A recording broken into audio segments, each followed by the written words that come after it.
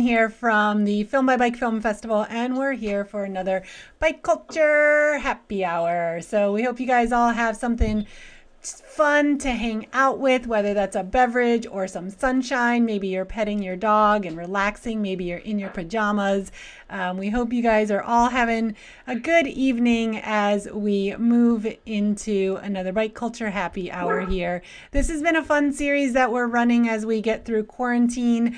And today on Bike Culture Happy Hour, we have a nice mix of folks here to join us for the day. So I'm going to give you guys a little overview of who our guests are for today. We've got Miché Lozano from the Community Cycling Center, and Miché organizes the Andando en Bicicletas y Caminando program. We're going to call it ABC for short today. Very active in the Latinx community, broadening access to bicycles, and also an ambassador for Latino outdoors. So it's great to have Miché here with the green background there.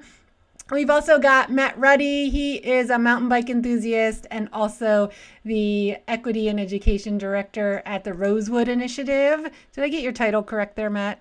Mm-hmm. Okay, Yep, great. that's Now it. I'm never quite sure. And then also really excited to have from Boise, Idaho, we've got Jimmy Hallyburton in the mix. He is the founder of the Boise Bicycle Project, also the director there. Recently was elected to Boise City Council, which is super exciting. We're going to see some great action there for increasing the bike friendliness and community building in Boise. And Jimmy is also involved with the Goathead project festival in Boise. So it's great to have all you guys here today. Thanks so much for joining me. Mm-hmm. And to all of Sure our thing. to all of our viewers, we've got the live chat going as always. So feel free to comment in the chat if you've got questions for any of our guests. I know sometimes you guys like to talk about what beer you're drinking. That's cool. Viewers, you're welcome to have that conversation as well. That's kind of been a theme on our happy hours. Oh, what do you have there, Jimmy?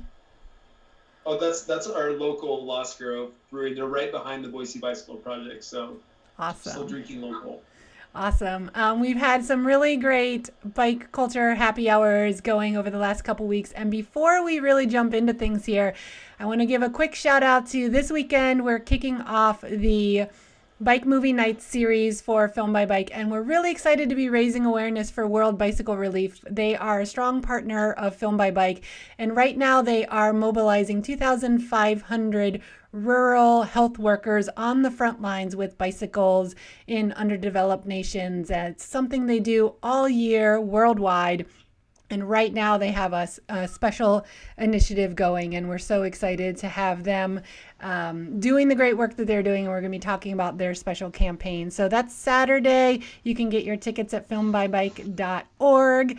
And now we're just going to jump into our happy hour. So I'm so glad to have you guys here. What are some things that are on your mind? What are things like in your community there in Boise, Jimmy, right now with quarantine? Yep. Well, it's absolutely beautiful outside, so it's kind of hard to for people to stay inside. But it's been really nice to have things kind of like what you're doing popping up and this sort of alternative for things to look forward to. And I wanted to make sure that I started out just by thanking you. I tuned into the Global Bicycle Festival. It must have been a week or two ago that you hosted. And it was so exciting to, one, have something to look forward to at the end of the day and like this kind of group that I was going to go hang out with.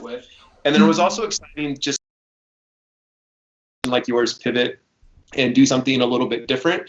And when Ben was playing his guitar, the audio was cutting out and things weren't perfect. But it was the perfect part was that somebody was doing something new and interesting. And I think that what we've started to see here in the last couple of weeks in Boise is that now as we're starting to feel like we've got our feet underneath us a little bit more, you're starting to see a lot of creativity start to pop out, different bicycle organizations, different artists going out there and doing some really, really interesting stuff right now. And so it feels like we've kind of gotten through just the absolute panic phase. It's getting a little bit nicer outside, and now we're just trying to have everybody still hunker down and do all the right stuff. But the creativity that's starting to emerge is pretty interesting to me. Yeah, I would agree with that. We've got Dan Green on the chat popping in from Nampa, so one of your neighbors there. That's great to Oh, see. yeah. And also Richard from Boise, Richard Musler, right? And Fred Zelt popped in from Pittsburgh. He's the host of Film by Bike Pittsburgh and a huge advocate for Bike the US for MS, and also the founder of the Social Distance Cycling Club group on Facebook, which catapulted to thousands and thousands of people in just 2 weeks. So it's great to see some of you folks over there in the chat. Feel free to add your comments and ideas, and all sorts of folks are there. So what are you guys working on these days? How's life changed for each of you in the midst of what we have going on, whether that's related to cycling or just the rest of your life? I can jump in. With the community center that I've been working with for about 10, 11 months now, as the director of equity and education, a lot of our services have shifted towards working from home. So as a few people mentioned, we're all becoming experts at Zoom meetings and reaching out and coordinating with schools to get them set up with online learning resources and ways to communicate with parents and community members. It's shifted things quite a bit, but it's also really great to see parents and teachers and students being really, really adaptive to what some of the needs are. And it's not without its stresses, but it is nice to see people really looking out for each other. Yeah, this is just certainly a time for folks to be coming together, and I think we're seeing some of the best of humanity in efforts like what you're talking about. I also know for Miché, you guys have some great work going on over at the Community Cycling Center in general, and in particular with the communities that you work with through your program. Do you want to tell us a little bit about the great stuff you guys have going on? Sure. So one of the things that the CCC has been doing is doing food deliveries by bike. Yeah. And there was an article published recently on, I think, Bike Oregon or Bike Portland. I forget the article name.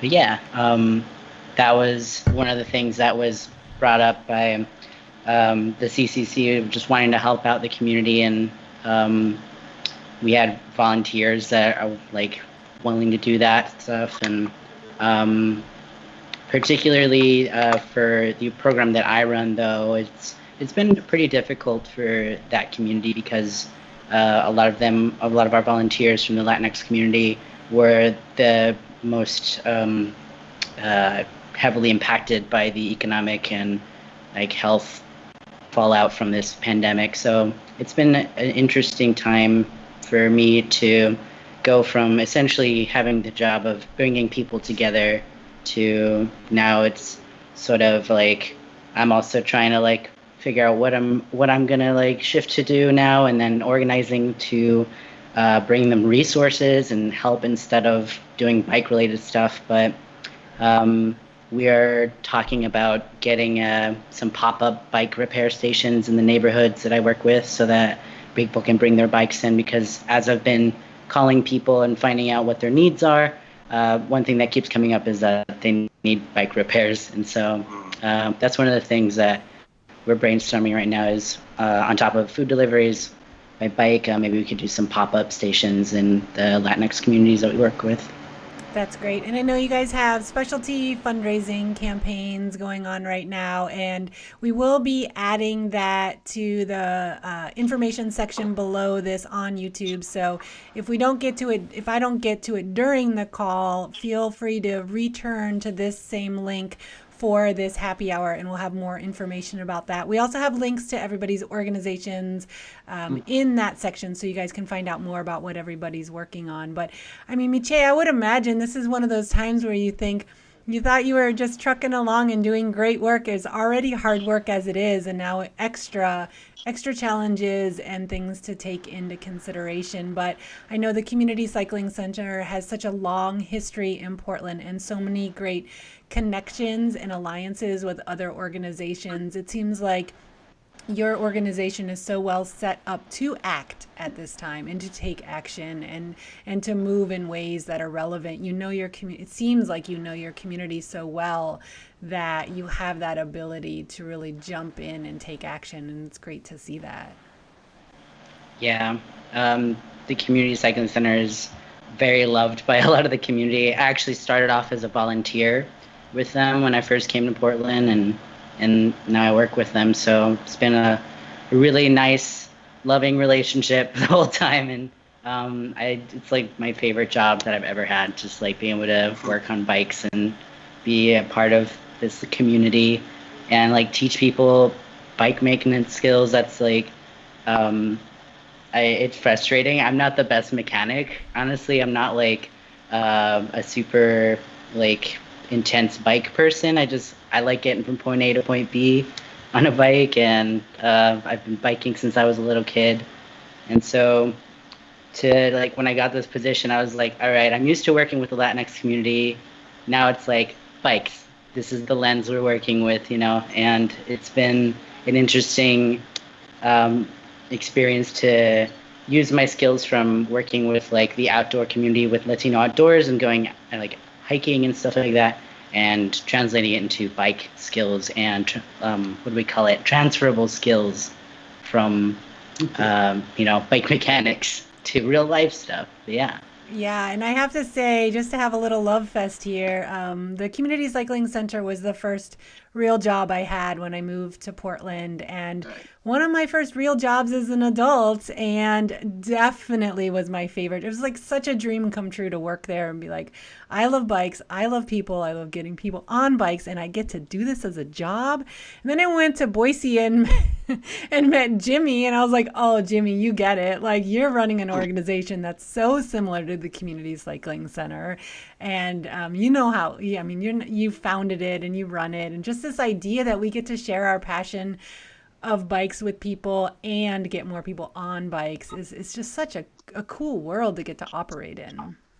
Yeah, absolutely. And I can add to that love fest for the Community Cycling Center a little bit more. In 2007, when I started the Boise Bicycle Project, I went out to Portland and Seattle, and I spent a few days at the Community Cycling Center and at Bike Works in Seattle just to kind of see what they were doing. So as we were beginning to form our organization, we were really sort of looking at Community Cycling Center as a model.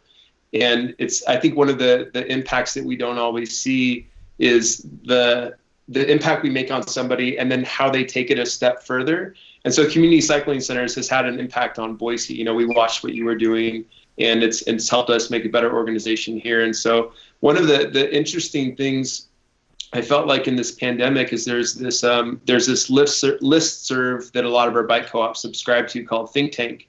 And as all this stuff was going on, people started asking questions about, what is your bike co-op doing right now? What is the Boise Bicycle Project doing? What are you doing up at Bike Works in Seattle? To see how people were putting together plans to manage social distancing, on staying open, on completely shutting down.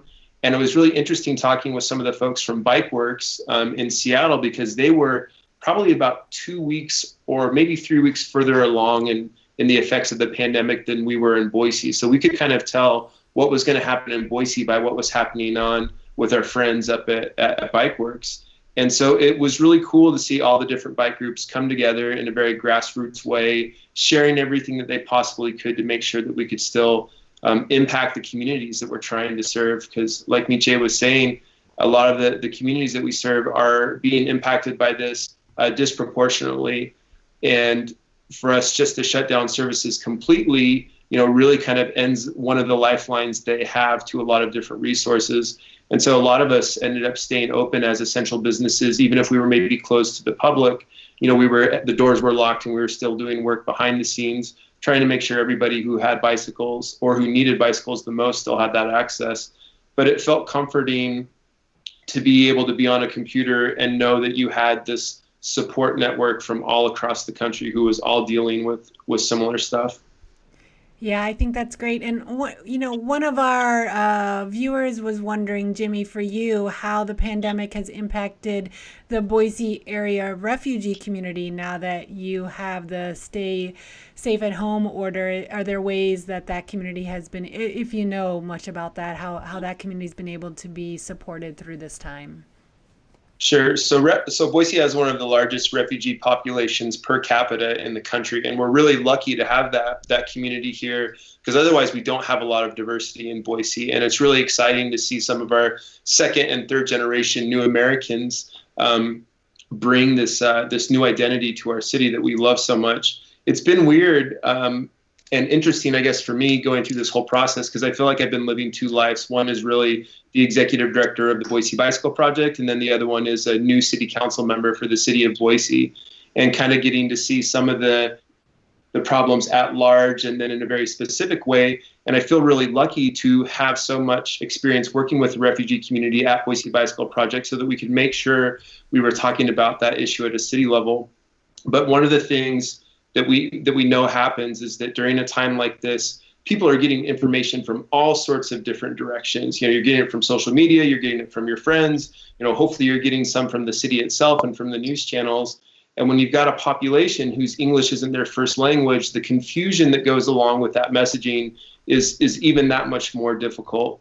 And so one of the things that we've really been trying to do, both at the Boise Bicycle Project and a city level, is to work so closely with our nonprofit leaders that have refugee-related organizations, and really relying on them to make sure that we're getting that communication right. But it's been really sad because we've heard stories of refugees who have been afraid to come out of their house because they hear lockdown and they're not even leaving the house for essential services, and they're afraid that if they leave, that they're going to get a misdemeanor for doing it. And again, I feel really, really lucky that as a city official, I've already built the trust through the Boise Bicycle Project, this organization, to be able to go and talk to some of these folks and some of the organizations they're involved with and try to give them better information. But I try to relay this to people, like, however stressful this whole situation has been for you, imagine if English wasn't your or if English was your second language or third language, and you were trying to navigate this whole system right now. And it's really, really hard. And it's something that we definitely have to bring extra attention to. And then also in Boise, so many of them are using our bus system, our mass transit, and our mass transit has really been limited. And so a bicycle right now for our refugee community is more important than it's ever been before. So just earlier today, the Boise Bicycle Project, we dropped off 40 more bicycles to teens from one of our nonprofit partners to make sure that these teens could still get to the places they need to go and to get outside. And so our nonprofit sector, I think, are the ones who are stepping up to serve this community directly. Yeah, that's great. That's great to hear. And I know you guys are all working hard to do the great work that you're doing. And in addition to the advocacy work, there's just the reality that our lives are, as those of you who are working in these realms, in addition to your work changing and your advocacy efforts changing, your life is changing. And that's not easy. I'm curious to hear from you guys, just to take a little bit of shift in the conversation. I was speaking with someone today who was feeling guilt because she's gotten some projects done that she's always wanted to do and never thought she'd have the time for. And when she started to tell me this story, she prefaced all of it by saying, "I feel really bad for saying this, but," and then told me about this dream project she got done. And I thought, no, you don't need to apologize for that.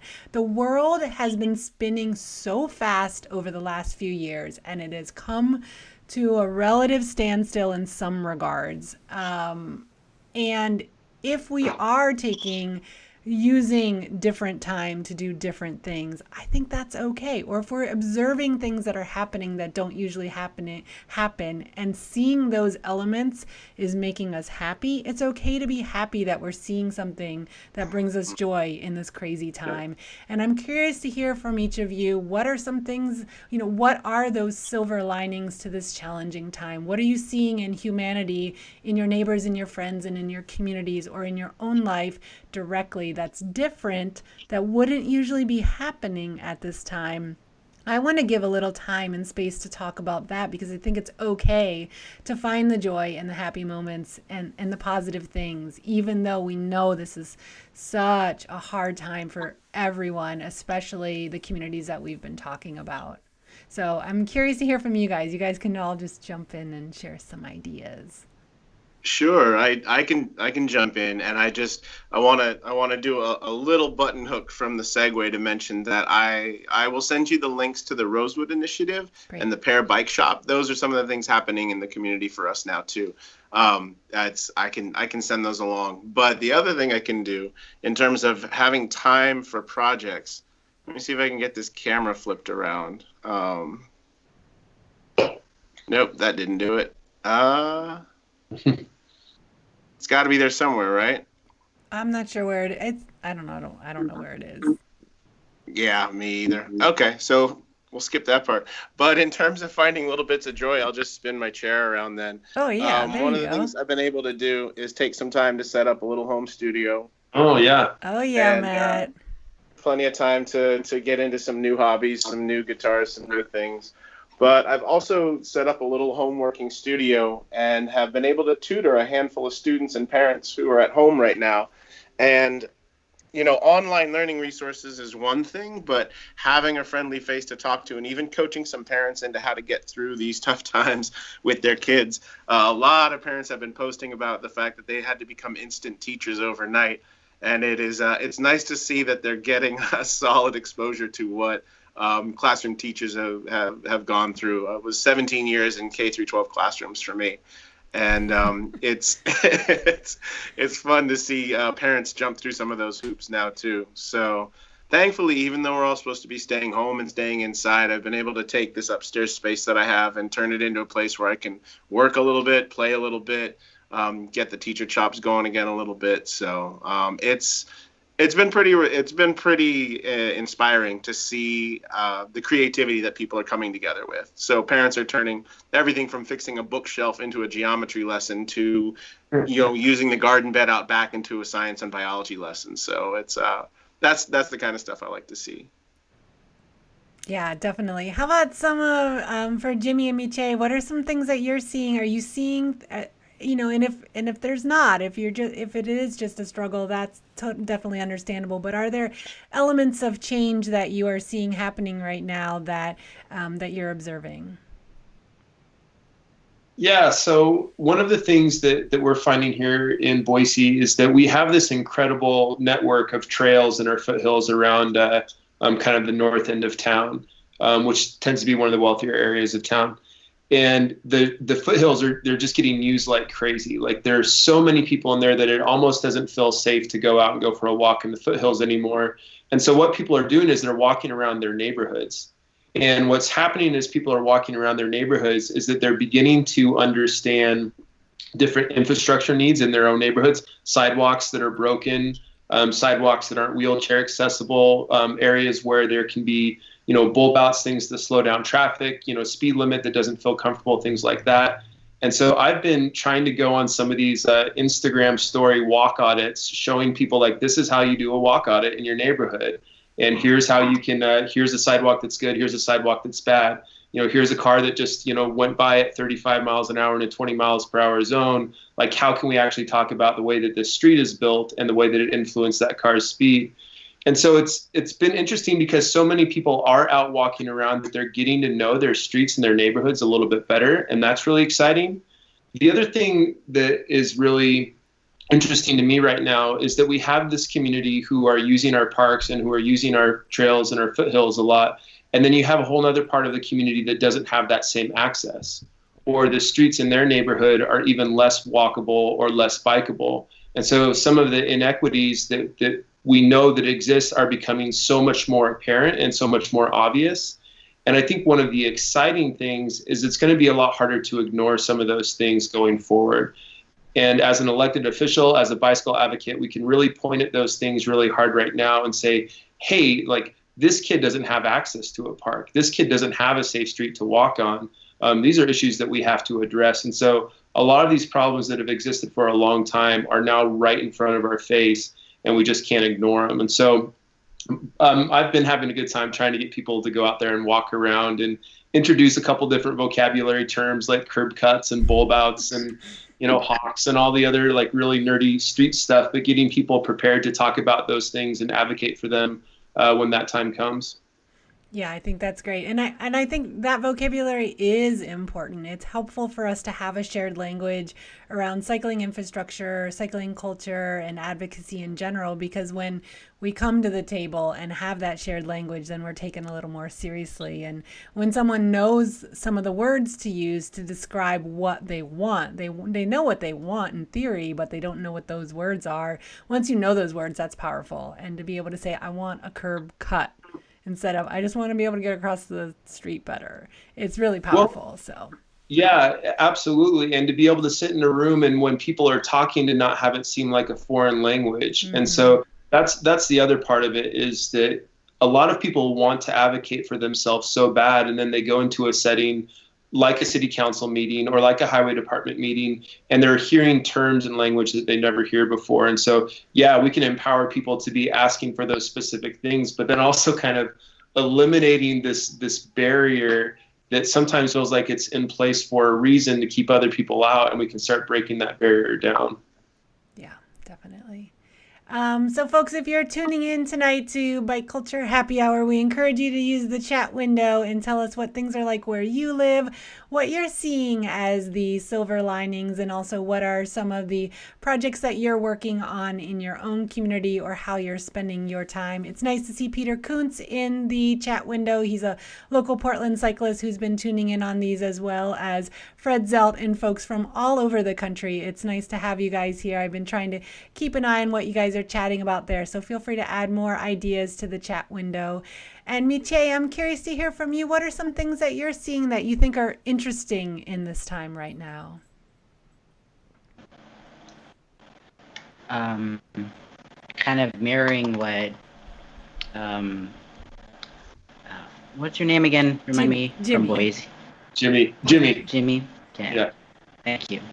Mirroring what Jimmy said about like walking around the neighborhoods. There's been just seeing so many more people on the streets of Portland, which are really bikeable and really fun to just be hanging out in, and just the amount of activity that's happening outside still is it's alarming, but also like I get it, like I want to be out there too, you know.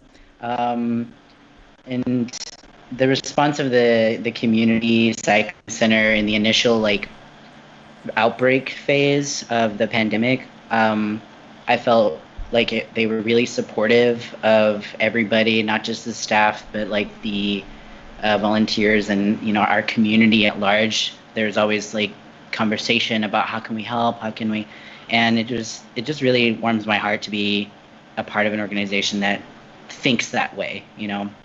And it was reassuring of a lot of my own values, and it felt good to be a part of like that conversation. And on top of that, there's like a shift for me, because my job essentially was to bring people close together in confined spaces to like breathe around each other and like do stuff, you know. And so like that had to change very quickly, and it was like a rapid, everything was like rapidly digitizing for us. And so the community cycling center, like we put up an online shop, so you can shop online now, and I was a part of that. And I've also like so I have a background in some software development, not a whole lot of experience, but I put my, you know, I was like brainstorming like what could I do to help. And so I'm doing some data analysis for them, and they've been super supportive to like, yes, this can help us, and it's like helping me too. So that was like, it was like an opportunity during a crisis, you know, for me to like not only develop some skills that I've been wanting to hone in, but also like a project that I really care about, which is helping the community cycling center. And I also want to give a big shout out to Bikes for Humanity in Portland, because they're helping supply some free bicycles for ABC folks who did not have bicycles. And yeah, I'm really just like personally, I've had a lot more time to meditate and contemplate and like think and just be able to process a lot of the mess that was in my head for a while, and it's been really nice for me to be able to take that space. I also had, this is kind of weird, but right before the outbreak, I had surgery. So I had top surgery, which is a gender affirming surgery for transmasculine folks, and I was essentially in quarantine for like a month before the quarantine was, and so I've been in quarantine for like 2 months, and it's been interesting to see how my mood has like changed so drastically. Like recovering, I was feeling really stir crazy, and then I just got over it, and I was like, well, this is normal life now, I guess. Like it's this is how it's gonna be, and now I'm just meditating a lot, and like finally, like now that I'm recovered, I'm able to move around and like move my body and bike and stuff. So that's been really, really nice. I feel some tranquility in that, despite all of the negativity that surrounds this issue. But yeah, definitely. Yeah, I can imagine that this is a good time to be able to kind of transition into this new phase for you. But also, as people complain about quarantine, you're like way ahead of the curve of everybody else. And you're like, you guys have no idea. I've been doing this for more than a month. Like, get used to it. You know all about it. You're a quarantine expert at this point. Well, congratulations to you on that. I know this must be an exciting new phase of your life to be moving in, and that's a beautiful and lovely thing. So, and I'm really glad that you shared that with us tonight. Yeah, I'm happy to, talk about that. The Community Cycling Center has been extremely supportive of my transition, and actually, like when I first went to volunteer for them, I knew I wanted to volunteer for them because they had little stickers everywhere that were like, ask about pronouns, and like that just, I've never seen anybody do that before.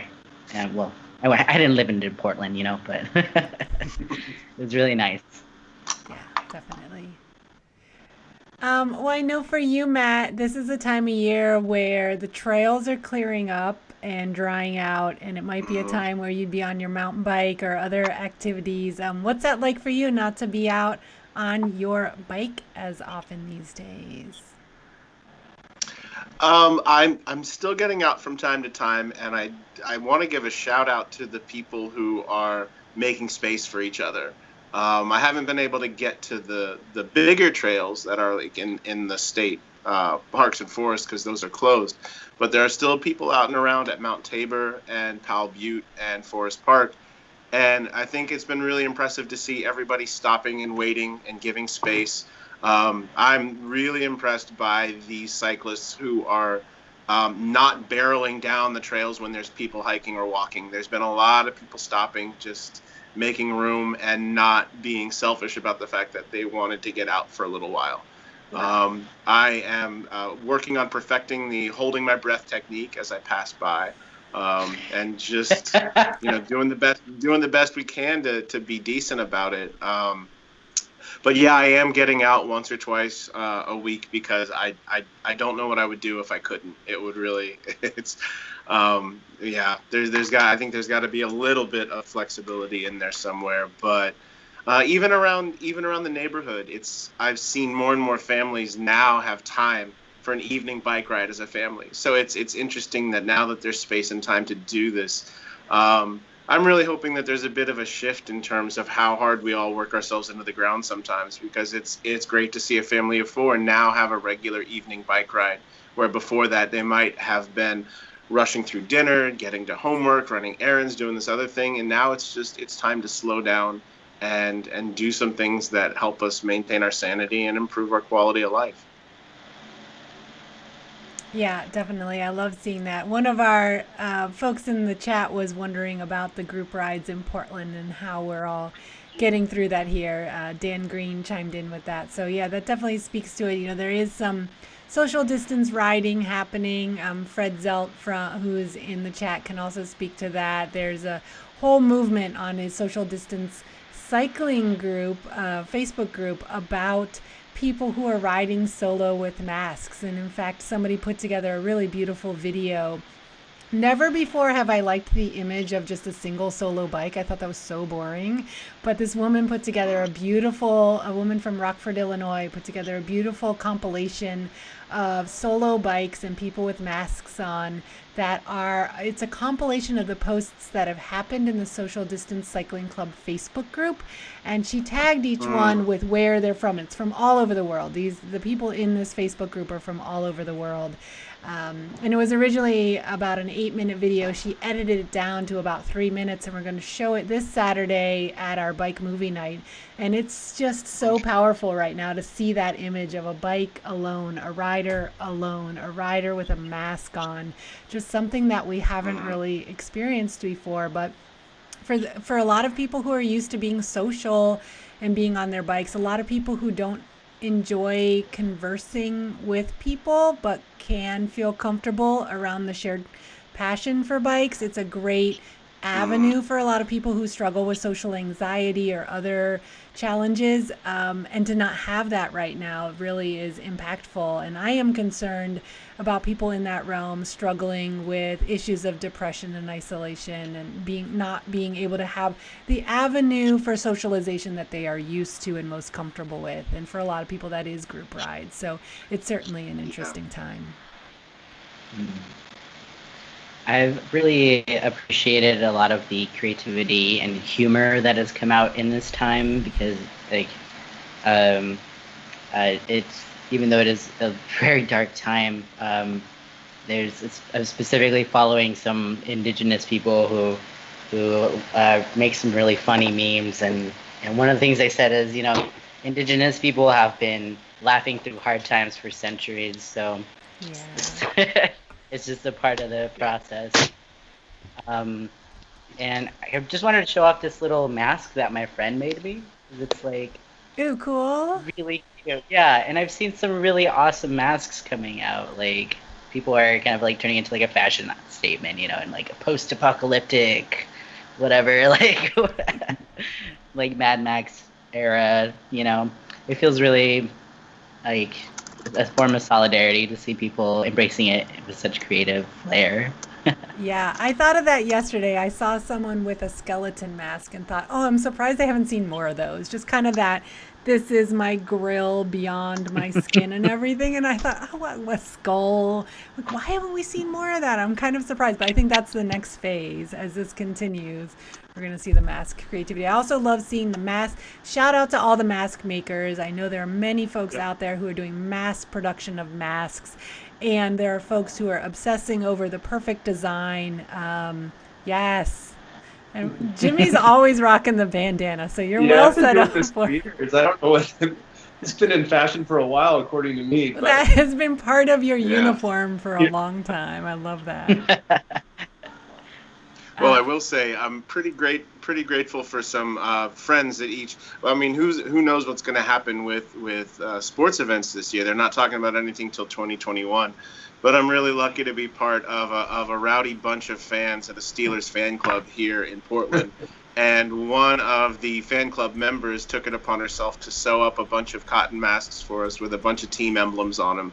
So when we go out, we continue to be overhyped and over-energetic sports fans. But I wanted to make sure to give a shout out to Fred, if he's still here from Pittsburgh, that just know that out in Portland we're still repping the Steelers any way we can.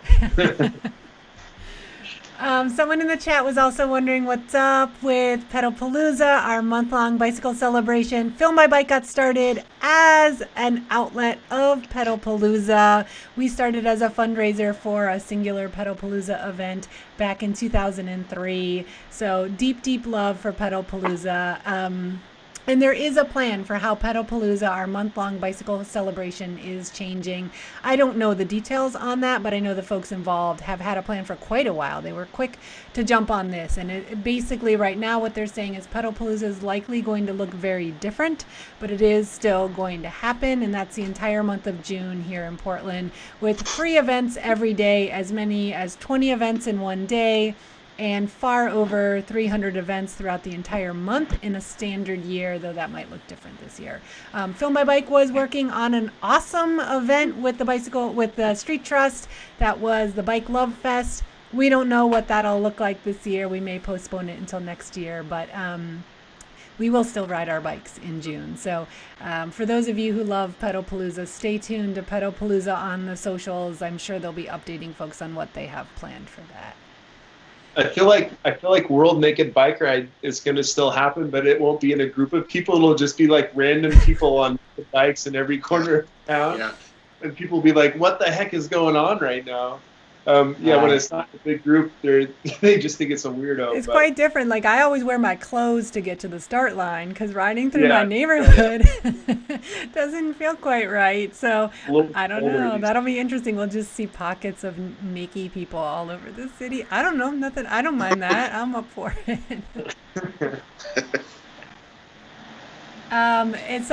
Fred's wondering if there's a story, Jimmy, behind the handlebars that are behind you. Oh my goodness! Well, yeah. So these handlebars, kind of homemade bull moose handlebars. So when co-ops like BVP and the Community Cycling Center first got started, we were making so many of these dumb, narrow, fixie handlebars to put on all of our bikes, and now all the handlebars are getting really wide. But one of the first bicycles that was donated to the Boise Bicycle Project, it was this old Peugeot, and it was like beyond repair. And I turned it into a fixed gear by actually welding the cog onto the steel hub of the wheel. And this was the handlebar on it. But I took this bike on this ride in Mexico along the Baja coast, and this is about the only thing that's left of that bicycle. Because I was barreling down this really rocky road on a fixed gear and the chain snapped, and all of a sudden I was going like so fast that there was no way to stop, but I basically bailed at about 20 miles per hour and got all cut up, and the frame bent and got wrecked. And so the handlebar is sort of this memorial to this old Peugeot green fixie bicycle that I wrecked in Baja, Mexico. But for a while it was hanging on the wall. Now it's on the shelf.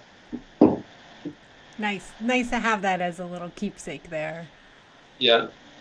Fred says that he's all about Steelers Nation and he just ordered a Steelers face mask on Etsy while we were here hanging out. So that's for all you sports fans out there. I'm not a sports fan, but I can appreciate your passion.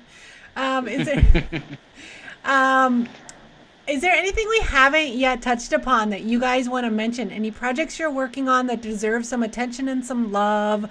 Any organizations doing amazing work that you want to give a shout out to? Or anything that's on your mind that you want to make sure we chat about today? Yeah, there is a donation page where people can donate their stimulus package if they don't need it to help support ABC members that have been impacted by the massive layoffs and everything. That money will be helped to provide emergency relief to those families. Excellent. And we will be adding that into the YouTube page here. So the same link, folks, where you are watching this now, you can return to this. You can always find it on our YouTube channel. And I'm going to add that in as a link so you guys can find that. And again, if you don't need your stimulus package, that's a great organization to be donating to. How about for the other folks here, things that you guys are thinking of or things that you want to make sure we mention before we wrap up the call? Well, I guess go for it. Sure. Go for it, Matt. Oh, I was going to say,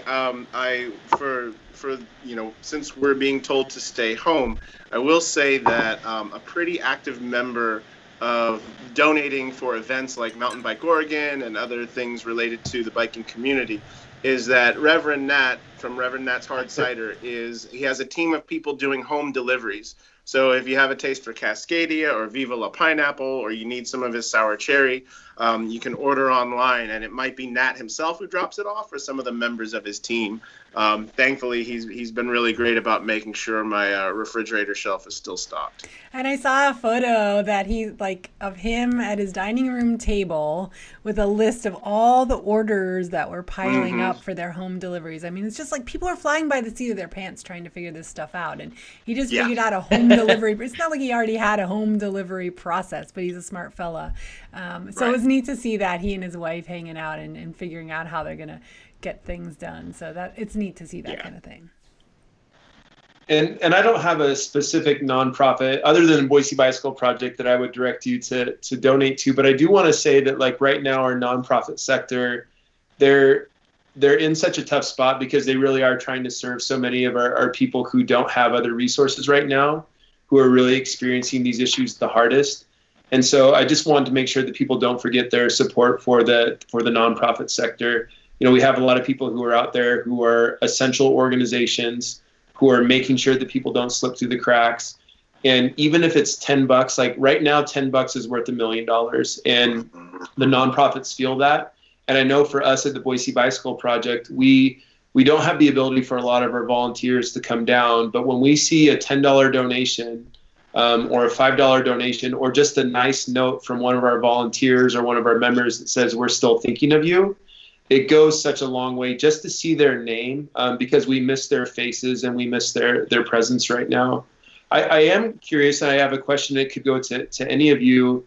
If any of you are finding creative ways to keep your volunteers involved, since having them come down can be a little tricky. I know a lot of our volunteers are over 65 years old, and so they're kind of some of our most vulnerable populations. And so I'm just curious if anybody has anything there that they've been doing that's been working well.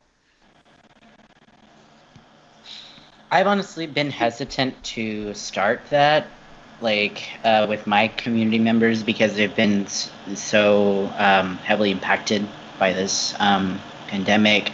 But we're definitely like in the planning stages of, you know, what are we going to do after this is over? Because we're hopeful and optimistic, and that is kind of exciting to me. So definitely like doing some pop-ups, maybe even some rides with people. I'm looking forward to the future for sure.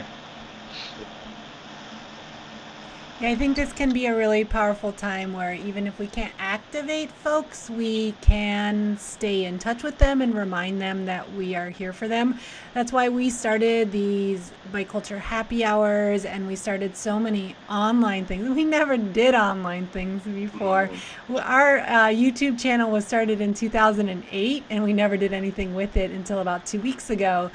But we wanted, and now we're doing stuff every week, multiple times a week, but we really wanted to remind our fans and friends and our global bicycle community that we are here for them, and that this is, you know, that when we get through on the other side, that we're still there for them, and that they don't forget us, and that they know we can build something really beautiful together, even if we can't take in-person action right now. So I think it's an interesting time to connect with the communities we work within, and to find ways to connect with them and support them and to hear from them. Maybe this is a planning time, getting ideas, dreaming big and figuring out what's realistic later. I don't know. It's a curious time. I think, Jimmy, that's a really interesting question that you bring up for sure.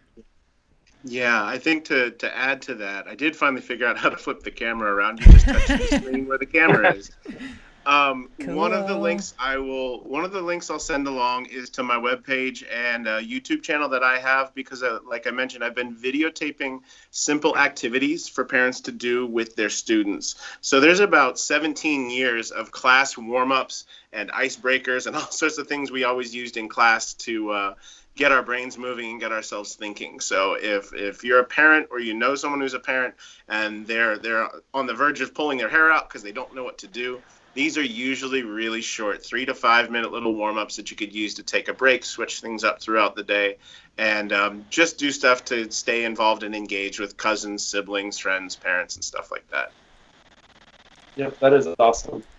Yeah, great. I'm currently living with a single mom and her daughter, so we're always trying to figure something out to play with her.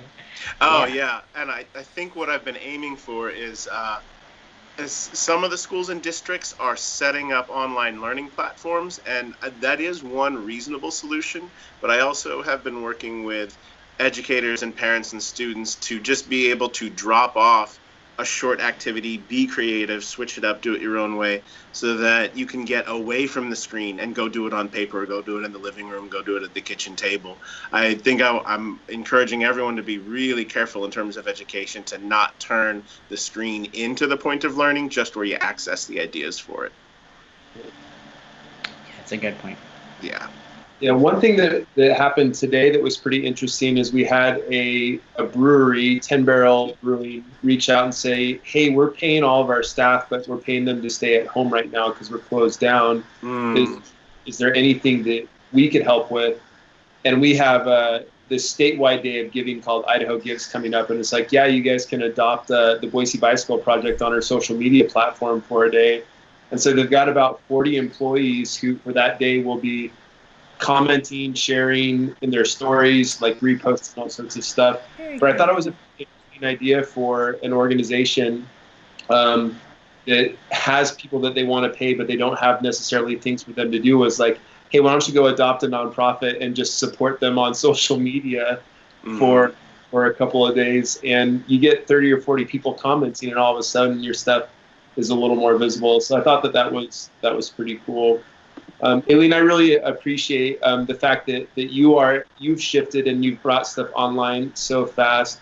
I wanted to let you know that it was pretty inspiring to me and the folks at the Boise Bicycle Project to see that you did that and to hop in on the Global Film Fest that you did last week, and to see that, like, hey, it's okay if things don't go perfectly. If you're trying to do something interesting, people will come together. They're looking for that. And I think that right now it's a time when trying matters so much.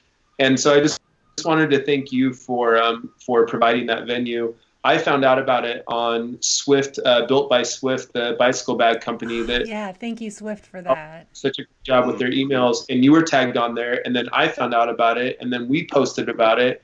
And so it's really inspiring to see some folks who are doing some interesting things right now. So I just wanted to thank you for that. Well, thank you. I really appreciate that. You know, I have to say that we knew that I have a lot of thoughts about the bicycle industry and the way they represent folks in general and the way they are not as nimble and flexible as I would hope they would be.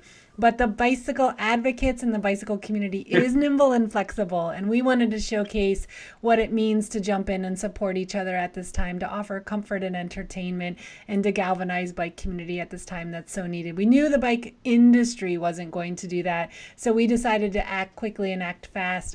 We knew we weren't going to get it done exactly perfectly, and we knew that didn't matter. We sure made a lot of mistakes, but overall we had a lot of heart and love, and it was a really fun night. And it's turned into all sorts of other stuff. So thanks, Jimmy. I really appreciate you saying that. It's been a great learning opportunity for us. And now we've learned that we want to do this annually. We want to have a global bike fest that is online, because though I used to shy away from global avenues, I've realized that they are important nowadays, and it is or not global avenues, but online avenues. And this is an opportunity. This has opened my eyes to the power of connecting people, even if we're using a digital medium. And we plan to do this every year, have some sort of a big online event every year. So I'm looking forward to that. Well, thanks you guys so much for joining me today. To all of our viewers, I am going to be adding more information into our YouTube page so you can find out more about these fantastic organizations and these super cool folks who joined us here tonight. Thank you guys for joining me. Any parting words that you guys want to mention before we sign off? Miché is going to showcase that super killer mask and just settle into month 2 of quarantine. Awesome. Well, thanks, you guys. I really appreciate you joining me tonight. This has been week 3 of the Bike Culture Happy Hour. Every year, every week, we're joined by really great folks who come on just to have a chat and to give you folks an opportunity to have a chat with us as well. I do want to give you guys all a reminder that our good friends over at World Bicycle Relief, who provide bicycles to folks in need all throughout the year, are doing a special campaign right now for health workers on the front lines in very rural communities where mobility makes a huge difference in health workers being able to get out to villages. Right now, they have a campaign to get 2,500 bikes together for frontline health workers, and it only costs $170 to get a bicycle to one of those health workers. Such a great program that they have going. And these aren't any old bikes. These are specialty bikes that are made for the rugged conditions that exist in these communities, with lots of support going along with that. So we're super excited for the great work that World Bicycle Relief does all throughout the year, and especially for this campaign.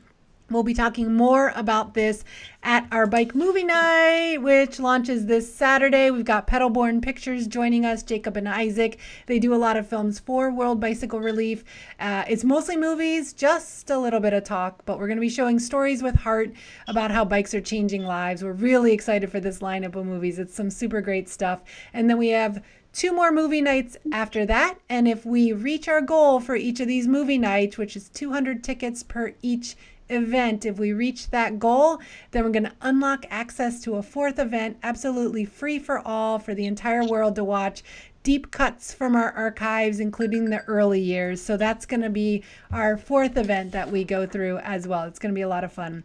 Stay tuned to this channel next week. We've got some more Bike Talk interviews with bike culture folks. We're going to be interviewing Jonathan Maas from Bike Portland, celebrating their 15th anniversary, reporting on bike culture news and advocacy information in the Portland region. So that's coming up next week, Tuesday, here on YouTube.